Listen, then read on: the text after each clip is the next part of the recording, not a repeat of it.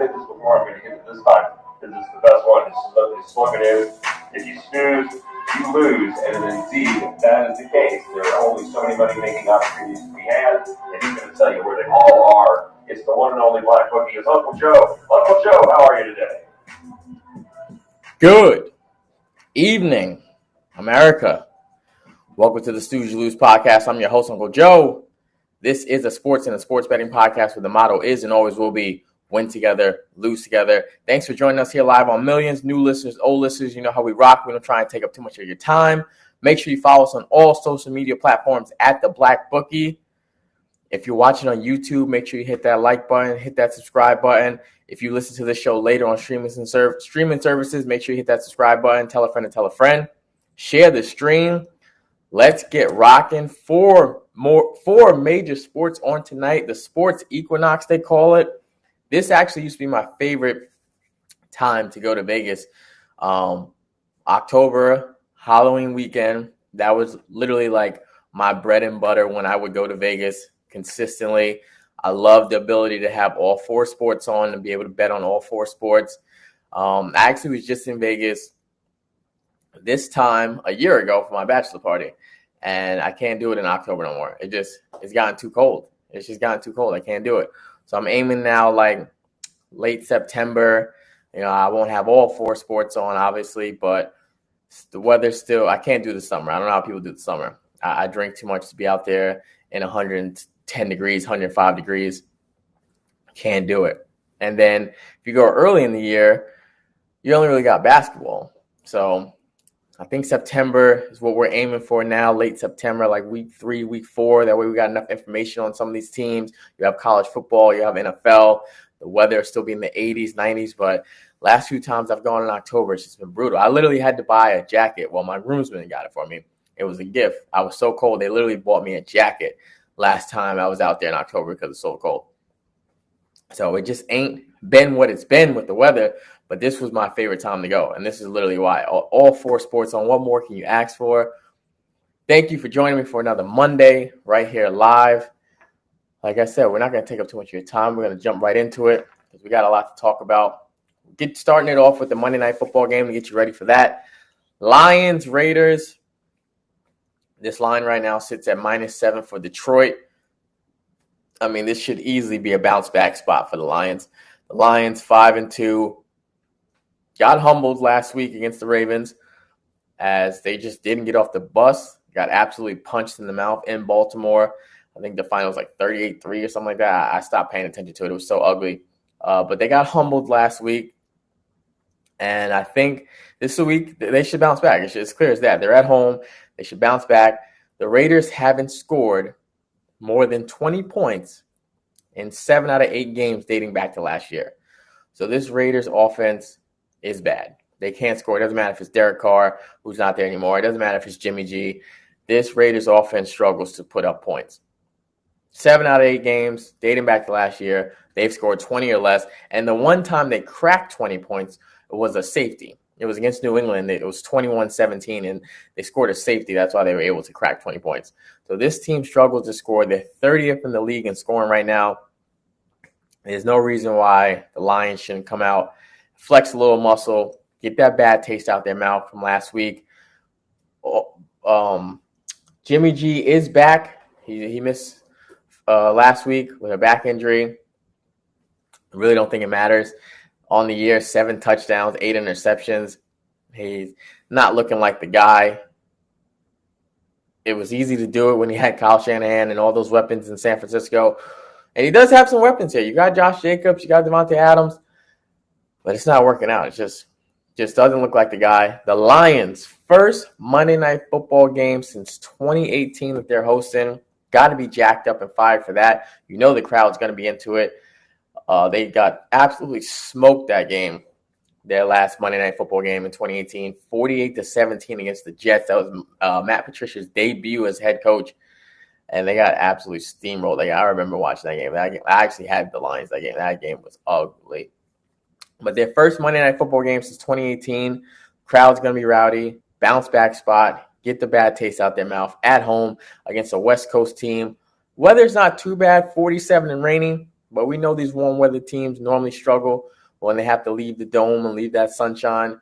So I'm expecting the Lions to actually absolutely come out tonight and roll. We know Jimmy G's not 100% either. He is playing, but he's not 100% healthy. This Raiders team struggles to put up points. I'm expecting the Lions to absolutely come out tonight and roll with the crowd behind them on Monday Night Football. I didn't personally take the -7. I didn't really want to deal with the points. I parlayed the Lions with another team that we'll get to. Actually, in the NHL, I parlayed them with the Tampa Bay Lightning, which I'm a little bit nervous about because I just checked before I hopped on the air and I saw the line. That line plummeted a lot, so I'm a little nervous about that. But I did parlay I parlayed them. I think that's the best way to go if you don't want to dabble with the points. But I don't see any reason why the Lions don't win this game by 10 or more. Their defense is good enough to shut down what's already a bad offense. And there's too many factors that favor them. There's nothing I could find or with the eye test that would make me want to back the Raiders in this game +7.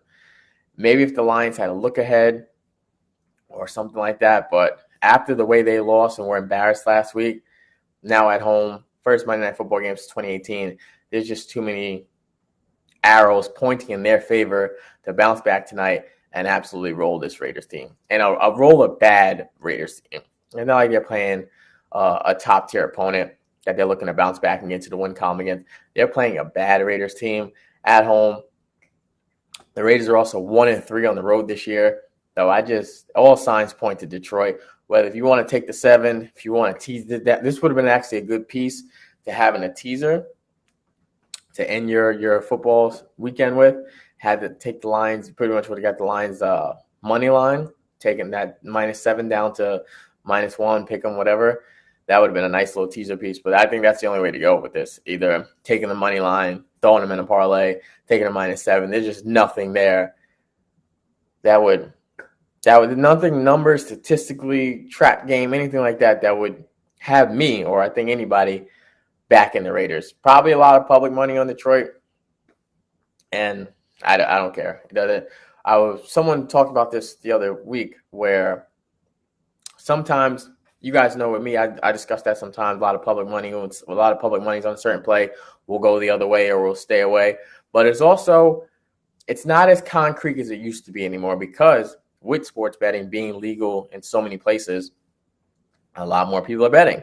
So the heavy public favorite, yes, is sometimes a number you want to stay away from or fade or go against. But also, the Joes are still winning. Pros versus Joes, the Joes do still win sometimes. The public does still win because at the end of the day, it's just a lot more value. There's so many more people now betting legally where the numbers are coming in, making it look like the public side is a trap or the wrong side. Where the Joes are winning sometimes. Do they still lose? Do we still absolutely want to fade the public? Of course, in more cases than not, absolutely. But it's not as concrete. It's not something you can completely stamp on like we used to because there's just so many people betting now. But Lions -7, I think that's the only way you can go for this game. There's nothing, and I got nothing. There's nothing that could have me back the Raiders in this matchup in any fashion. Points, them to surprise and win, there's nothing there. For the rest of the NFL, it was pretty much business as usual. If you look at all the games that took place yesterday, I mean, you start with Thursday night. Bills bounced back against the Buccaneers after they lost to New England. The Jags keep rolling. That was our article play. I believe we are now 8-2 or 9-2 in our article plays. Those just absolutely keep cashing. It makes absolutely no sense to me. If you bet, or if you follow me, especially if you follow me and you bet, it makes absolutely no sense to me. If there's one play, out of all the plays I give out, if there's one you have to take, it's on Sunday. We just simply don't lose those plays. We absolutely crush those article plays. We win another one. The play was Jags money line. That was the play. It's posted. We give it out. It's not a long read. It's a nice quick write-up. Why I like to play. A few stats, a few trends. And we are absolutely correct. If there's one play to take, it's that one. It's the Sunday. Don't miss the Sunday article play.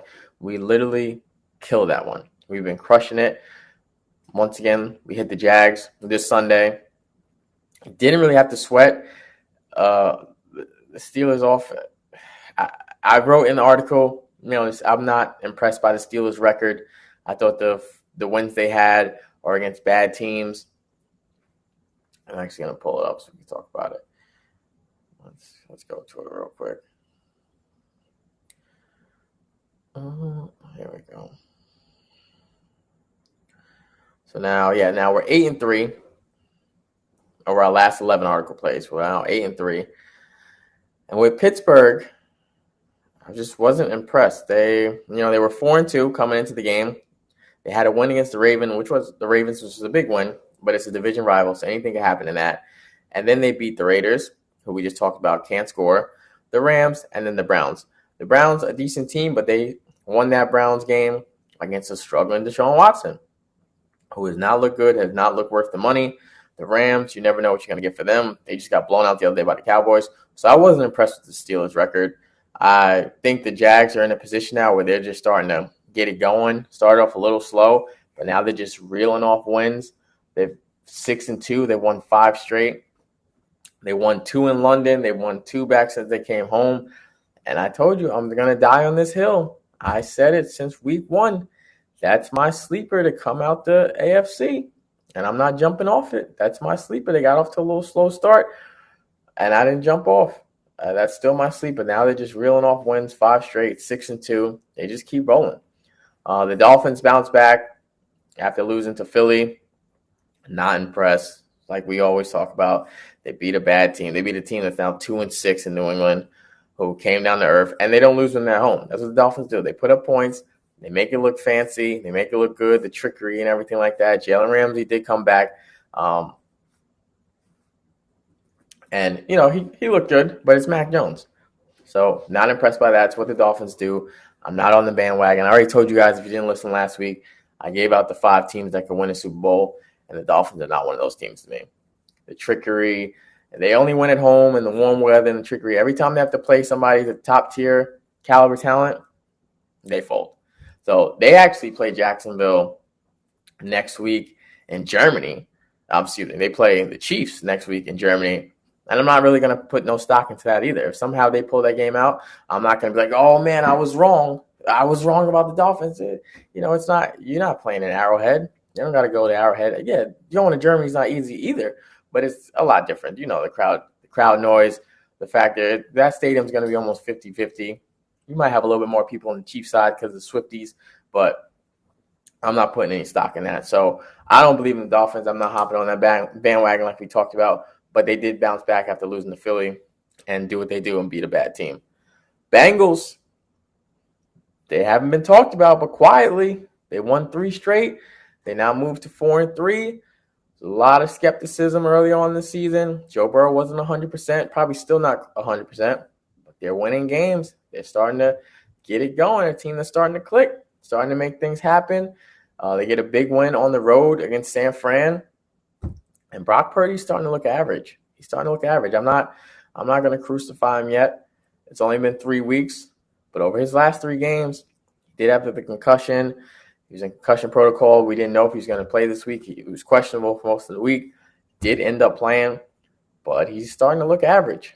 I don't know if the tape's starting to get out, or maybe he's not 100% healthy. Maybe he's got something going on with the concussion. It's, is he now a little bit nervous in the pocket? Is he not making the right reads? It's hard to just bounce back from those, but he's been looking average. He has been looking very, very average in his last 3 games. I think he's thrown over 4 interceptions in his last 3 games, and he's starting to come. He's starting to look Mr. Irrelevant. He was drafted last, and he's starting to look like it. But we're gonna pump the brakes. We're not gonna. It's something to keep an eye out on, because as good as Christian McCaffrey is, and as good as that defense is, you still need a quarterback to help you win the games. And I'd rather Brock Purdy than have to put the ball in the hands of Sam Darnold. So they're going to need Brock Purdy to be the guy he's been for 13 weeks dating back to last year and be as dominant and consistent as he's been, because he's starting to look like he's coming down to earth. The special juice that he might have drank looks like it's starting to wear off, but we'll see. But other than that, everything else is kind of business as usual. The teams that were supposed to win won. Cowboys won, Eagles won, Jets, Giants, who cares? But I will say this. I feel this bad a little bit for the Giants because, Gano misses that field goal that easily should have put the game away. Last week, the Giants were screwed with the Darren Waller no call for pass interference. So 2 bad breaks 2 weeks in a row for the Giants. Tyrod getting hurt. Never want to see that either. So I do have a little sympathy for them because things are not going their way over this year in full, but definitely over the last 2 weeks, they've caught the shit end of the stick. So the Jets squeak one out, and they keep their playoff hopes alive. But 2 big games next week. Looking at next week's schedule, there's 2 big games I got circled that I definitely not even financially that I'm probably even going to touch to bet on, but to watch. You got Cowboys-Eagles in Philly. It's going to be a huge game. If I had to take a bet, I don't know what the line is yet, but taking Philly. I mean, I'm not going to believe in Dak to get things done until he does it. So until that happens. And the thing with the Eagles, it just seems like, they had that one loss against the Jets where it was a game that seemed like they didn't really care. They rested players. They were schedule watching. They were looking forward to next week. Hurts was terrible. I think 2 or 3 interceptions that game. They weren't really focused in that matchup. But even yesterday against the Commanders, division game on the road, Washington gave a heck of a fight. It just seemed like every time the Eagles needed to respond and get down the field, they did it. And they did it with ease. Not saying that, Washington is the most stout defensive team in the league, but it just seemed like whenever Hurts has time and you put the ball in his hands, he figured out a way to get his team in position to win. So I would definitely take the Eagles with that, especially in Philly. Until Dak shows me otherwise, I would ride with the Eagles. But another big game I got circled that I think is going to be a big – what's the word I'm looking for? A measuring stick. It's going to be a big measuring stick for a team. Ravens-Seahawks. That's going to be an awesome game next week. It's in Baltimore, so I'm excited to see how good are the Seahawks. They had a nice comeback from behind win yesterday against the Browns. Made some plays, made a move today too. We know the trade deadline is tomorrow in the NFL. They made a move and acquired Leonard Williams from the Giants, a Pro Bowl defensive lineman, and bulk up their defense. Geno's playing well. You got Metcalf, you got Lockett. Pete Carroll just makes you happy when you see him running down the sidelines at 70-something years old, still cheering his guys on, still looking full of youth. So I like that game to see how good are the Seahawks actually. We know they made the playoffs last year. They're always tough in Seattle with that 12th man. It's tough playing there, just like it's tough playing at Arrowhead. But this game's on the road in Baltimore against a very good Ravens team. I'm excited to see that one. That's one I got circled. That's one I'd want to sit back and just watch and really see. I want to see how good Seattle really is. We know how good the Ravens are. We know they're one of the 5 I mentioned before about that I think they can actually win the Super Bowl. The Ravens are there. So I'm interested to see how good the Seahawks team is. I'm actually going to get a chance to see them live. I'm going to Dallas for Thursday Night Football, Cowboys versus Seahawks. So I actually get to see the Seahawks live. But once again, they're a different team when they're on the road and they're not in Seattle with that 12th man. So I'm excited to see how they perform in Baltimore. That's a huge game. Those are 2 big games that I think for next week. Everything else, same thing. Like it's going to be business as usual. I feel like this week, the teams that are supposed to win are going to win. Maybe a few upsets. I'm not panicking about the Chiefs losing to the Broncos. It's not really a big deal. It's the same way I reacted when the Cowboys had lost that game to Arizona. Yeah, it's a little different because Denver is a division opponent, but the Chiefs didn't care. They didn't care about this game. And now they got to head to Germany. They didn't care about this game. Travis Kelce was at the World Series the night before. They didn't care. It was on the road against a team they thought they would just walk in and beat like they have 16 straight times. Mahomes' first loss to them in his life. It's not a big deal. I'm not worried at all. You never want to see a team of that caliber, though, put up 9 points. If you do lose a game like that to the Broncos or to a team that's less caliber than you, you want it to be a miraculous play at the end or a game-winning field goal or something like that. You don't want to really get shut down and held to single digits. So that's a little concerning, but it's not concerning. The Chiefs are going to be fine. They're still the team until you beat them. They didn't care about that game. They didn't care. And I'm not going to bring up the numbers when T Swift's there against the numbers when she's not there. Do I think they try and put on a show when she's in the building? Absolutely. But I'm not putting any stock into that. It is what it is. I'm not worried about it. Like I said, it's the first time they finally beat Mahomes in his career. So it happens. They'll be fine. They didn't care. They got to head to Germany now. Will they beat the Dolphins? They should. Be a good game. Could be a shootout. Not putting stock in that one either because it's in Germany. But I'm not worried about it. There's no reason to panic. They're not falling off. They're not frauds. It's one game. It's one game in week 8 that and they got caught chilling that they didn't care about. But make sure you guys share the stream. Follow us on all social media platforms. Thank you for joining me live here on Millions. A few more things to jump into. Like I said, you guys know we don't take up too much of your time. I appreciate everybody for tuning in. Make sure you tell a friend. Yeah, with the Lightning, that game just kicked off. The Kraken have not looked good. I mean, last year they had their inaugural season, and they came out smoking, made the playoffs, looked very, very good. But this year, off to a very slow, shaky start, struggling offensively, 2-5-2 on the year. Tampa Bay starting to get things going. They've won 2 straight, 4-2-2 on the season. It's in Tampa Bay. Also, the Kraken, I don't have it up anymore, but I believe they didn't have a great road record. Yeah, 1-3-2 on the road so far this year. So I parlayed the Lightning with Detroit. I think Detroit gets it done. I don't have to really worry about the points. I just need Tampa Bay to take care of business. But shocking how bad Seattle has started this year with playing so well last season. My man Bet the House gave out the Hurricanes in regulation. They lead 1-0 right now over the Flyers. So good start for his play. Make sure you guys follow him as well too. _Bet the House _ on Twitter. He gives out plays Monday, Wednesday, Friday. So his Monday plays so far off to a good start. So make sure you guys check him out. But yeah, I got the Lightning 0-0 right now, parlayed with the Lions. That's just a personal play I had to have some action on Monday Night Football. While I do think the Lions will win by 10 or more, I just didn't want to mess with the points.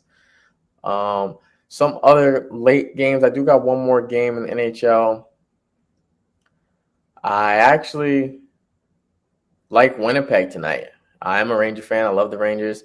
The Rangers have been off to a great start to start the year, 6-2, a better start than I even expected them to get off to, with a brutal West Coast trip to start the year. And this is the final game of this trip before they head home. And I think sometimes that's when teams get caught slacking because they just can't wait for it to be over to hit the road and get home, get some home cooking, see their families, sleep in their own bed. So sometimes teams, they think about that. These are factors you have to think about when you're wagering.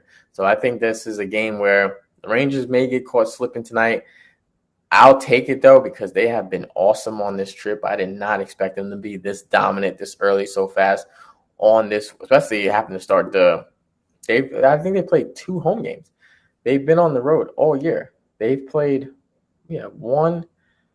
Literally, they've had 2 home games since the year started. They've been on the road all year. And this was a brutal trip, especially for me, staying up late to see these games. But they've been getting it done. But I just think this one at the end of a trip, Winnipeg's also coming off a loss against the Canadiens in overtime. They haven't played since Saturday, so normal days rest. Rangers played Saturday as well, too. They won in overtime against the Canucks. Just think that last leg before you head home, kind of just ready to get this trip over with and head home. So could get caught slipping tonight. I like Winnipeg to bounce back at a very good home team, too, as well. I like them to bounce back and get things done. But a great start to the year to the Rangers. At a phenomenal start to the season. In the NBA, you guys should be following me on Twitter. Our official plays today were Pelicans. I took it last night before I could even wake up and post it. The line had moved to -4. When I took it, it was at 2.5. So when I saw it go to -4, I still was confident in it to give it out to you guys because that told me that, okay, it's a back-to-back for Golden State. They had a game last night against the Rockets. This is an older team. Somebody's probably going to rest, either Clay or Draymond, something like that. Somebody's going to rest. It looks like it's going to be Clay and possibly Kuminga are going to rest. Draymond looks like he's going to play because he's only played 2 games so far this year. He just came back, actually, from injury. So I like the Pelicans. And then I also gave out the Timberwolves money line. I like the spot for them. They should get it done. The Hawks just played yesterday against the Bucks, division rival. You know that game meant a lot to Atlanta to beat the Bucks. Milwaukee didn't seem to care. They rested Chris Middleton. It seems like they care more about that game they have tonight against the Bulls than when the Bulls took against the Heat. The Heat took the number 1 seed from them last year, so it looks like the Bucks are more motivated tonight. Middleton's going to play tonight. He didn't play yesterday. Dame was awful yesterday, 6 turnovers in the first half. He was terrible, so he has to have a better game tonight. So I think the Bucks are going to be way more focused tonight. That line's moved up to 6.5. It opened up at 5.5. So that could actually be because Bam is not playing. Is Bam playing? Let's take a look. Yeah, it's actually up to 7.5 now. So Bam's out. So that's where Snooze You Lose comes in. If you got it early at 5.5, now it's up to 7.5 because Bam's not playing. These are the things you got to look out for. That's why I took the Pelicans last night because I'm like, all right, the Warriors are on a back-to-back. I already know this is an old team. There's no way everyone's going to play again today. And also the Pelicans are good. The Pelicans are off to a good start. Zion's healthy. They're 2-0 to start the year. It's only 2 games, but they've looked very well in those 2 games. And when Zion is healthy and he's there, he's a factor. He's a huge factor. He changes the complete dynamic of this team. Still have C.J. McCollum. You have Ingram. The Pelicans are a very good team, but they need Zion to be on the court. Without him, it's not the same. It's clearly not the same. So I like the Timberwolves. Like I said, the Hawks played yesterday and had to travel. They played in Milwaukee. They cared a lot about that game. It was the same thing I did a few days before. The Knicks had played the Hawks. We know the Knicks hate Trae Young. So they came out, took care of business, smacked the Hawks up. The next day they had to play the Pelicans. They got blown out. They didn't care. It just wasn't – it's hard to get jacked up and emotional and ready to play 24 hours later. Now, if that game would have been 2 days later, the Knicks probably would have covered or could maybe even won that game. But the next day, after just beating a rival, it's hard to get into that. Now, Golden State played yesterday against the Rockets. That's not a rival. But they had to play. They didn't blow them out where they would have been able to get some rest in the second half.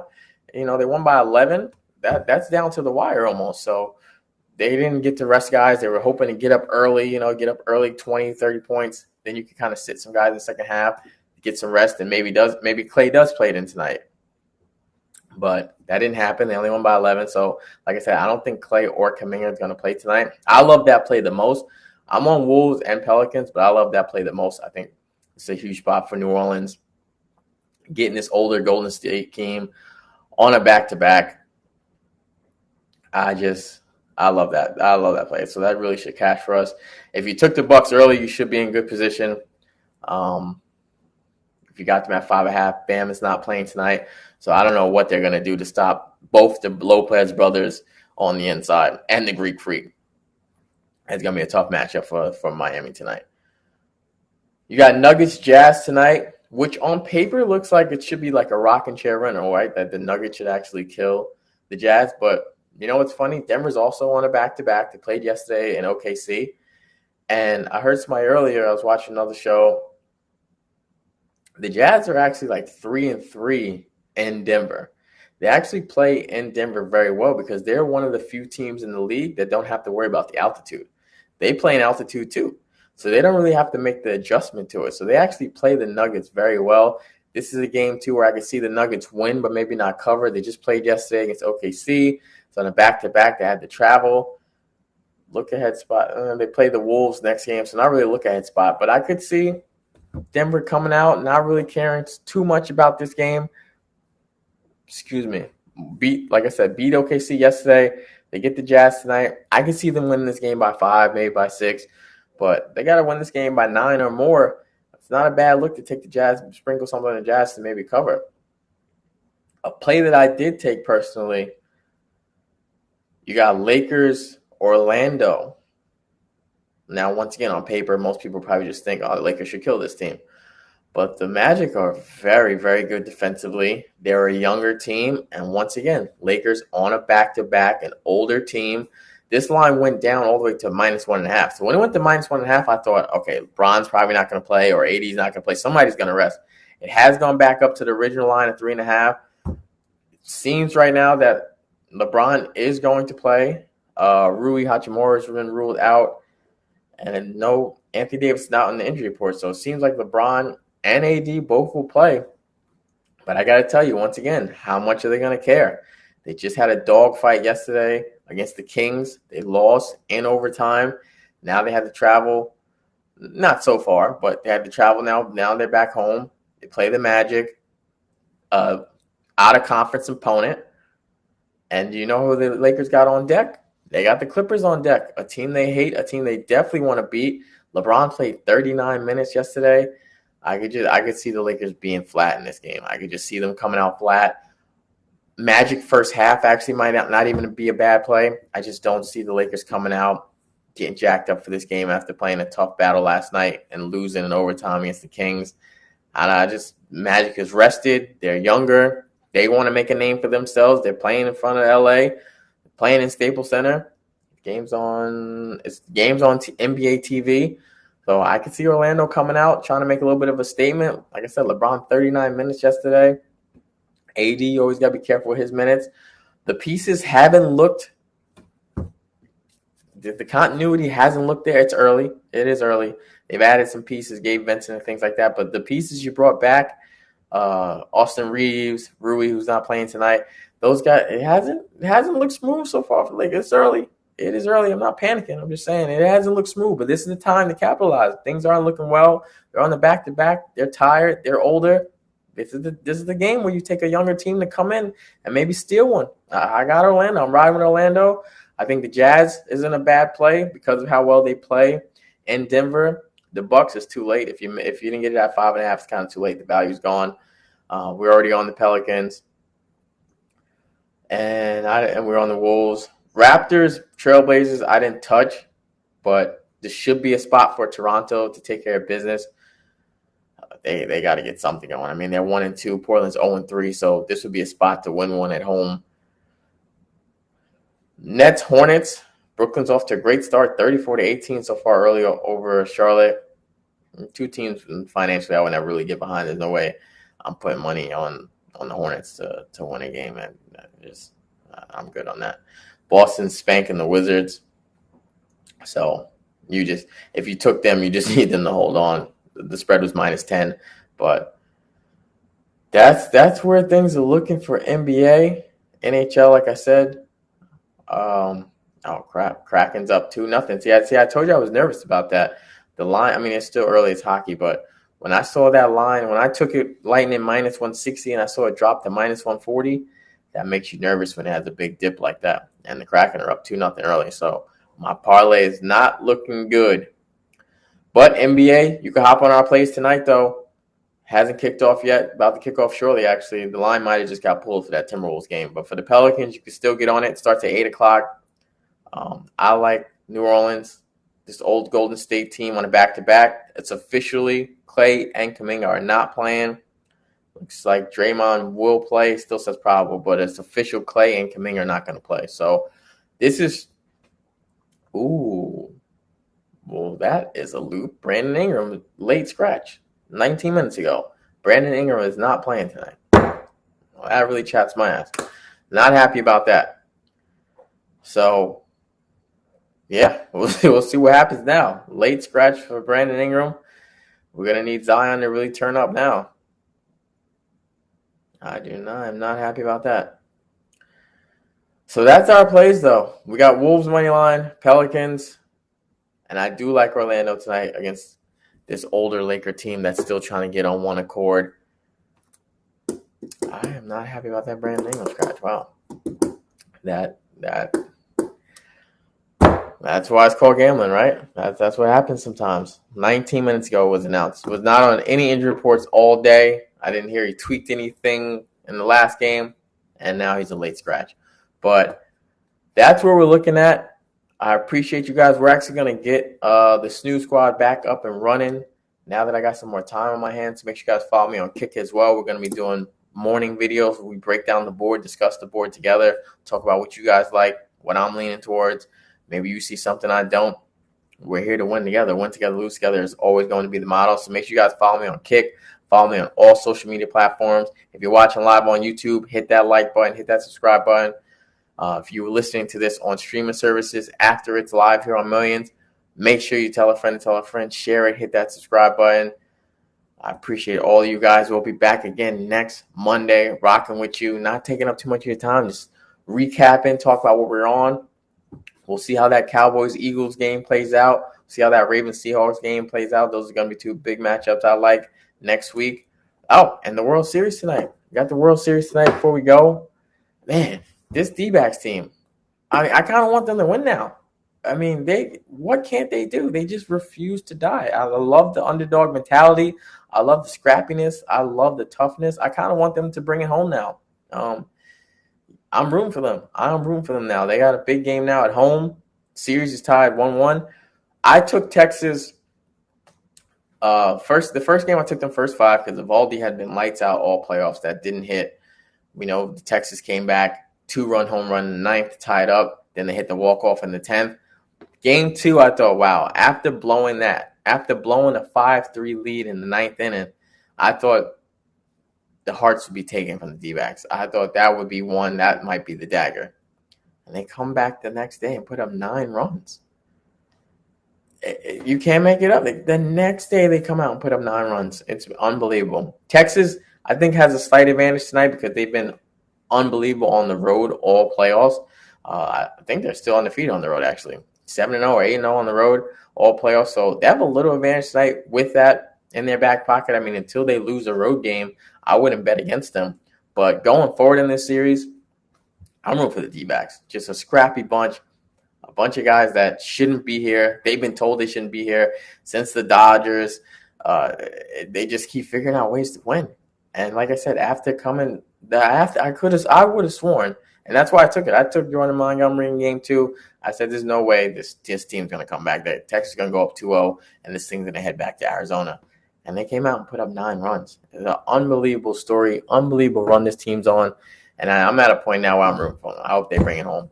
So we'll see what happens tonight. Game 3, 1-1. I got no money on it, but I'm rooting for the D-backs to bring it home. But I appreciate you guys.